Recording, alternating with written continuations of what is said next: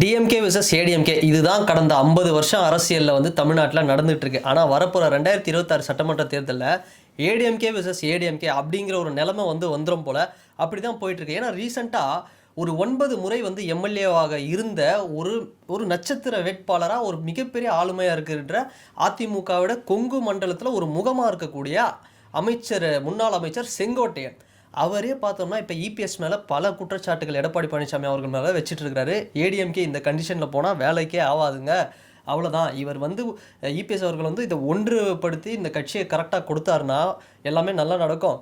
ஆனால் இவர் இப்படியே போயிட்டு இருந்ததுன்னா இந்த கட்சி வந்து பலவீனப்பட்டு போய் யாரும் கூட்டணிக்காக வரமாட்டாங்க, இது வந்து தோல்வி பாதையை நோக்கி தான் போகும் அப்படிங்கிற மாதிரி சொல்லியிருக்காரு. இதை தாண்டி இன்னொன்று பார்த்தோம்னா செப்டம்பர் 5ஆம் தேதி ஒரு மிகப்பெரிய அப்டேட்டை வந்து நான் கொடுக்க போகிறேன், அப்போ நான் பேச போகிற பேச்சில் என்ன ஆகுதுன்னு பாருங்கள் அப்படிங்கிற மாதிரி இப்போ ரிப்போர்ட்டருக்கு தெரிவிச்சிருக்காரு. இதில் அவர் என்ன பேச போகிறாருன்னா, ஒன்று ஒரு ஸ்ட்ராங்கான வார்னிங் அப்படிங்கிறது இபிஎஸ் அவர்களுக்கு வந்து சொல்ல போகிறாரு.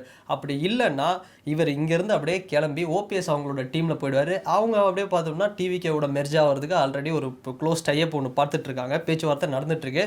ஸோ இப்படி ஒரு பிரச்சனையாக போயிட்டுருக்குங்க. அதாவது இப்படி ஒரு சம்பவம் நடந்துச்சு அப்படின்னா ஆல்ரெடி வந்து இபிஎஸ் அவர்கள் பரவாயில்ல சவுத்தில் வீக் இல்லைன்னா என்ன கொங்கு மாநிலத்தில் நான் தாண்டா வெயிட் அப்படிங்கிற மாதிரி இருக்கார்.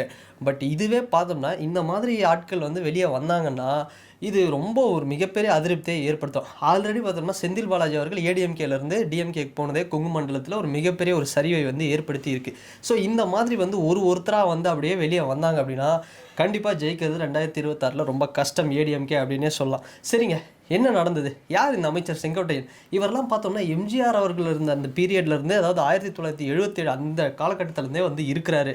அவ்வளோ ஒரு பெரிய ஒரு மூத்த ஒரு அரசியல்வாதின்னு சொல்லலாம். அசைக்க முடியாத கோட்டையாக வச்சுருக்காரு. எங்கே? அந்த கொங்கு பெல்ட்டில் ஈரோடு பகுதியில். இவர் மங்கலத்தில் தான் ஃபஸ்ட் டைம் வந்து கண்டெஸ்ட் பண்ணார். அதுக்கப்புறம் பார்த்தோம்னா கோபிச்செட்டிப்பாளையத்தில் மட்டும் கன்சிஸ்டண்ட்டாக ஒரு சில டைம் தோத்தாலும் ஒரு ஹேட்ரிக்கில் விட்டுறையெல்லாம் கொடுத்துருக்காரு. ஒரு 8 தடவை இவர் வந்து கோபிச்செட்டிப்பாளையத்தில் எம்எல்ஏவாக இருக்கிறாரு. இவரை ஒன்றுமே பண்ண முடியாதுங்க. கோபிச்செட்டிப்பாளையத்தில் எடுத்து பாருங்க, அதில் வந்து டிஎம்கேவோட பர்சன்டேஜ்னா ஏடிஎம்கேவோட பர்சன்டேஜ்னா இவரோட வின்னிங் மெஜாரிட்டி ஆஃப் ஓட்ஸ் என்னன்னு பார்த்தோம் அப்படின்னா அந்த அளவுக்கு வந்து ஒரு மெஜாரிட்டியில் இவர் வின் பண்ணுவார். அப்படிப்பட்ட ஒரு ஸ்ட்ராங்கான கேண்டிடேட். இவர் இப்போ வெளியே வந்தாருன்னா இது கண்டிப்பாக ஒரு மிகப்பெரிய ஒரு பின்னடைவை வந்து ஏற்படுத்தி தீரும். ஆனால் இதுக்கு இடம் கொடுக்காத அளவுக்கு வந்து இபிஎஸ் அவர்கள் ஒரு ஸ்மூத்தாக ஏதாவது பேச்சுவார்த்தை இவர் வைக்கிற டிமாண்டுக்கு வந்து அட்ஜஸ்ட் பண்ணி போனார் அப்படின்னா இது வந்து சால்வ் ஆகும். இல்லைன்னா கண்டிப்பாக ஒரு பெரிய ஒரு அடி அப்படிங்கிறது விழும்.